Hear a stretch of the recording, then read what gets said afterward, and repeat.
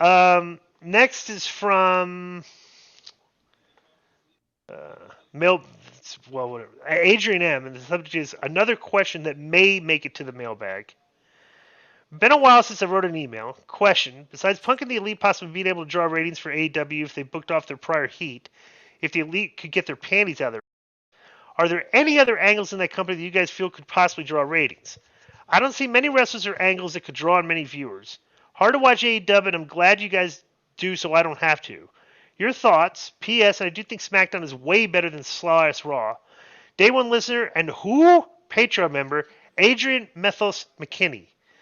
Um, bro, let me tell you something. I'm very extremely disappointed. Okay, that like this podcast is like the only people calling out how ridiculous it is that they're going to bring Punk back and they're not going to deliver this angle. That they're literally going to split these guys so they don't have to work with each other.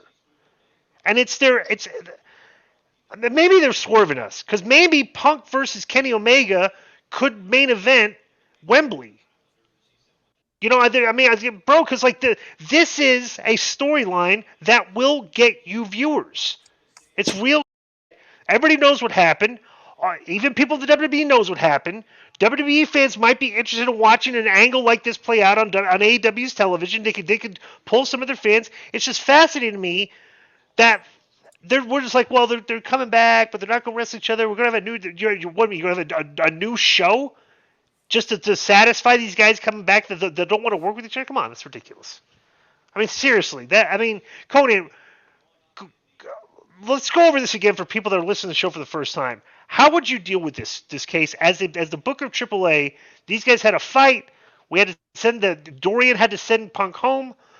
Dorian has come to you and said, you know what, Konnan, I want to make some money off this. I'm paying these guys a lot of money. All right, I think I saw the numbers. Collectively per year, all right, these guys are collectively between the four of them making $12 million. I'm paying them $12 million combined. I want to make some money back off of this.